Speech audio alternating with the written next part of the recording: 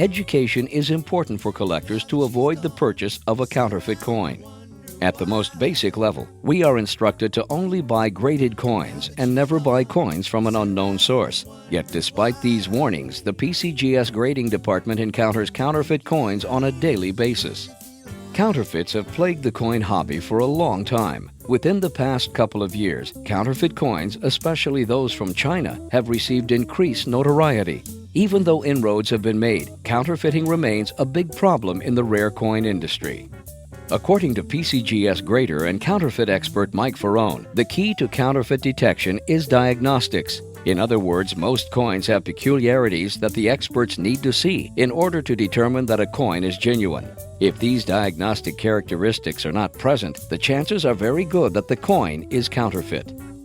In our three-part video series, Mike gives you some important keys to look for and offers clear comparisons between genuine coins and counterfeits. We hope that you take advantage of this opportunity to sharpen your knowledge of how genuine coins differ from their counterfeit counterparts and avoid the pitfalls of purchasing coins that may look genuine but are actually fakes. You can use the accompanying booklet to follow along as Mike gives his presentation.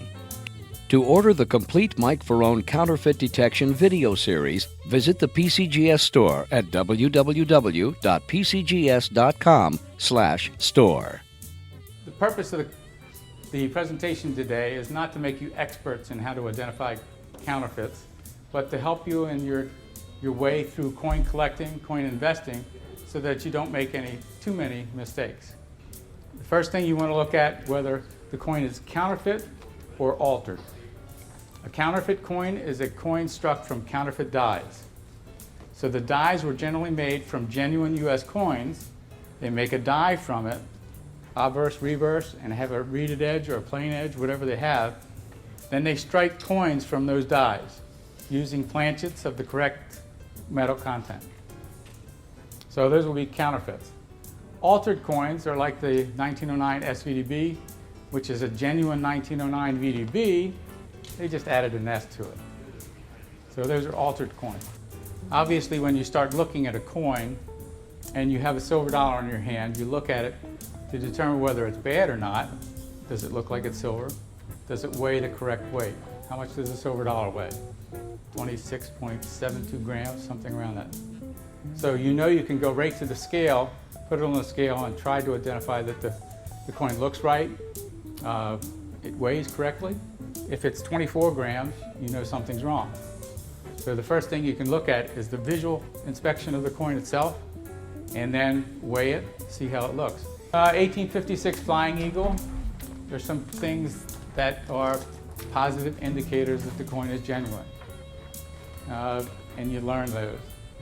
The O of is rectangular inside, unlike the 57 and 58. The date itself, the 5, is a key point on it. If we go to the next slide,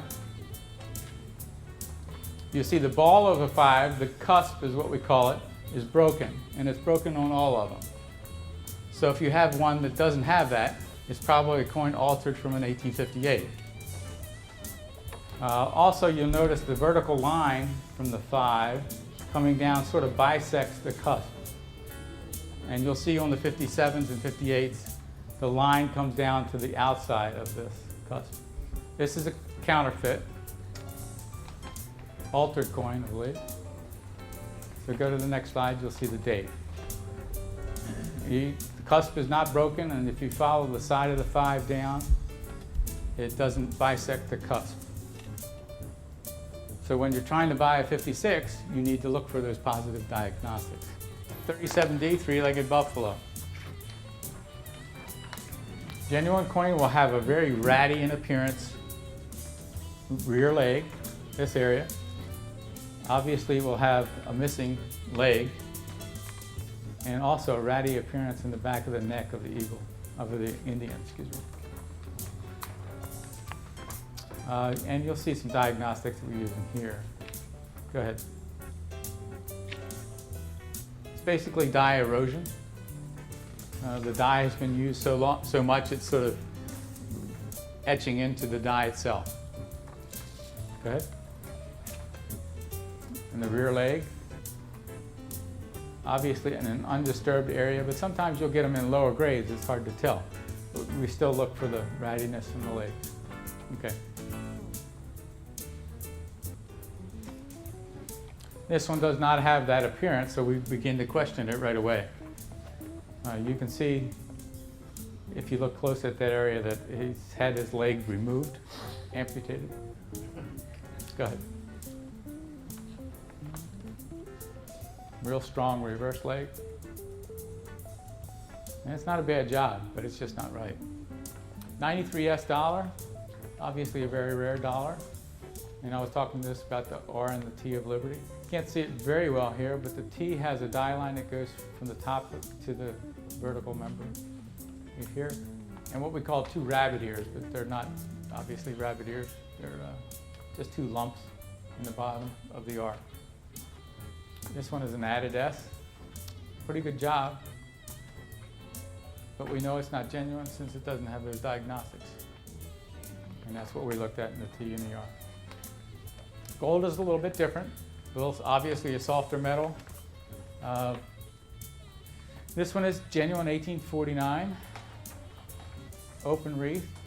See some nice die cracks, which generally are a good diagnostic if they're nice and crisp. If they're sort of mushy and flat, then they could be just carryover from the counterfeit coin, or from the genuine coin to the counterfeit die. The same coin. This one is counterfeit. The devices aren't real strong. You notice through dollar, it sort of fades away. You'll see depressions. And you'll see a blurriness of devices. So the stars are not as crisp as they should be. You'll see lumps in some areas too. When a counterfeiter makes a counterfeit or alters a coin, he's doing so for a profit motive. He's trying to make something out of nothing. He's taking a 1909 VDB and adding an S to it. He's taking an 1879 Indian and converting it to an 1877. So the motive that he has is that he's going to make money, you're going to lose money. So he's not real friendly to you. He's not really a friendly type.